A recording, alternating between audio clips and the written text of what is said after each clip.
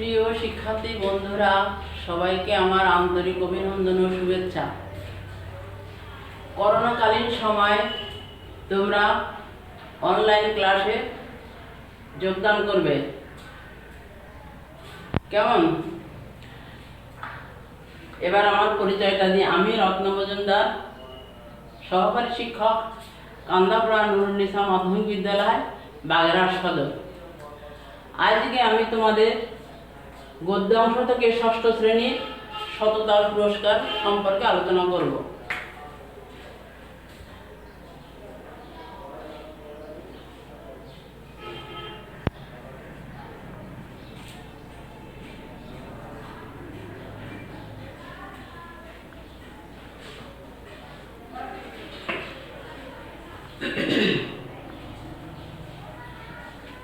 সততা পুরস্কার লিখেছেন মোহাম্মদ শহীদুল্লাহ।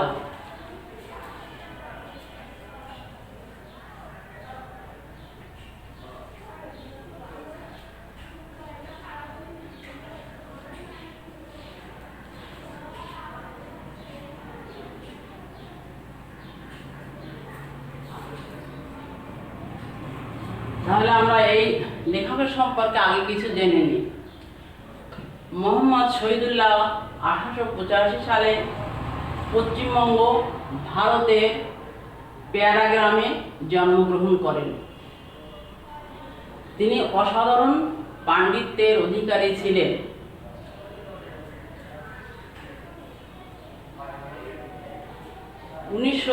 সালে কলকাতার সিটি কলেজ থেকে তিনি বিএ অনার্স পাশ করেন এবং 1912 সালে ভাষাতত্ত্বে এমএ পাশ করেন। সোরবন বিশ্ববিদ্যালয় থেকে তিনি ডক্টরেট ডিগ্রি লাভ করেন। ভাষা ও সাহিত্যের ইতিহাস রচনায় তার অসাধারণ পাণ্ডিত্যের অধিকারী ছিলেন। কর্মজীবনে তিনি ঢাকা বিশ্ববিদ্যালয় ও রাজশাহী বিশ্ববিদ্যালয়ে অধ্যাপনা করেছেন।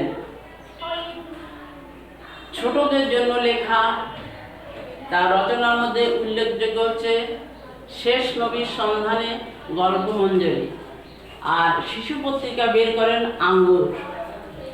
তিনি কিন্তু ভাষা ও সাহিত্যের জন্য স্বীকৃতি স্বরূপ অনেক পুরস্কার পেয়েছেন।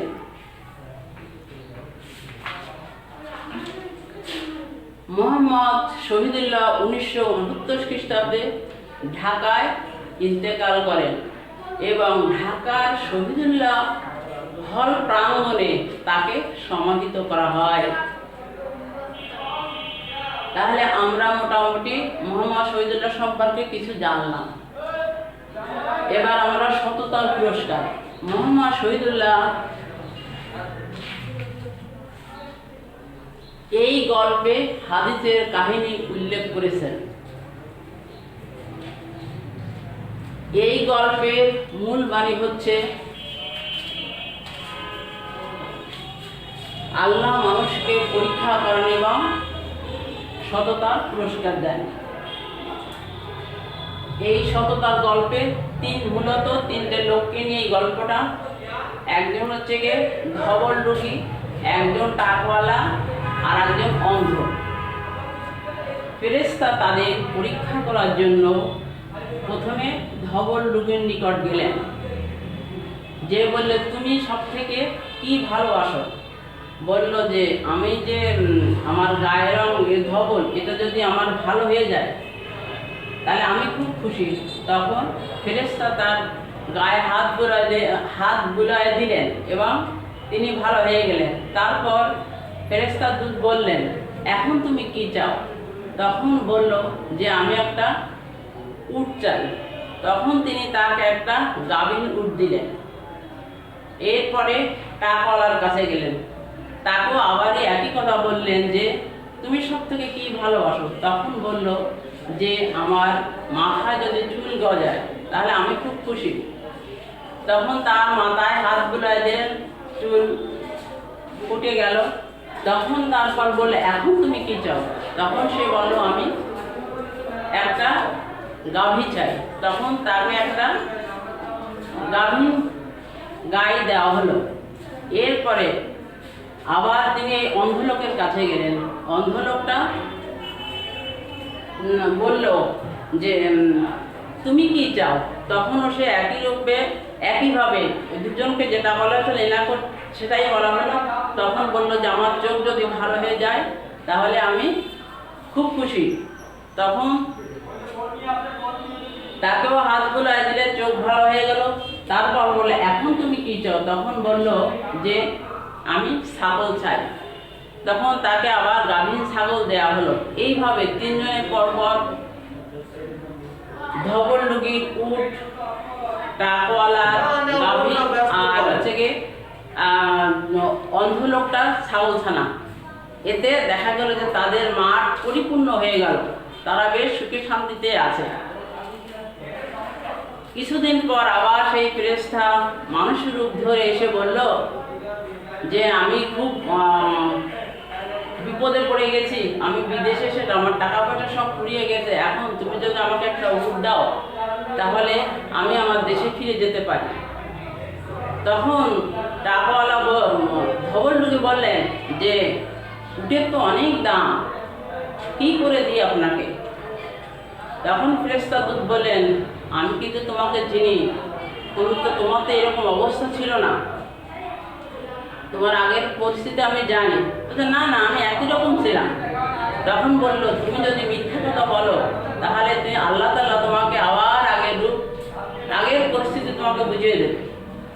এরপরে আবার তিনি ফেরেশতার দূত আবার গেলেন কার কাছে? টাকাওয়ালার কাছে। তাকে একইভাবে বললো, একই রকমভাবে, সেও আবার অস্বীকার করলো তাকে দিতে। তখন বলল মিথ্যা কথা বললে কিন্তু আল্লাহ তাআলা তোমাদের সেই পরিস্থিতি আগের মতো করে দেবে। এরপরে যখন আবার তিনি অন্ধলোকের কাছে গেলেন, তার কাছে বললেন যে আমি বিদেশে এসেছি, আমার টাকা পয়সা ফুরিয়ে গেছে, এখন আমি কি করে আমার দেশে ফিরব? যদি আমাকে একটা ছাগল ছানা দেন তাহলে আমি বিক্রি করে যেতে পারি। তখন অন্ধলোকটা তাকে সেই ছাগল ছানা দিল। এতে আমরা বুঝতে পারলাম, দেখো তিনটে লোক, সেই তিনটে লোকের ভিতর দুইজন দিতে অস্বীকার করলো, আর সেই অন্ধলোকটা তাকে পুরোপুরি দিয়েই দিল। তাহলে সততার পুরস্কার সেই অন্ধলোকটাই পেয়ে গেল। এখন আমরা কিছু এবার তোমাদের শব্দ গুলো দেখবো, মানে তোমরা দেখো শব্দ গুলো না জানলে কিন্তু সব মানে জানতে পারবে না। তাহলে এই আমার ক্লাস এখানে শেষ। আগামী সপ্তাহে তোমাদের আবার আর একটা গল্প নিয়ে আসবো, তোমরা কিন্তু দেখবে, পড়বে কিন্তু। ঠিক আছে এখানে।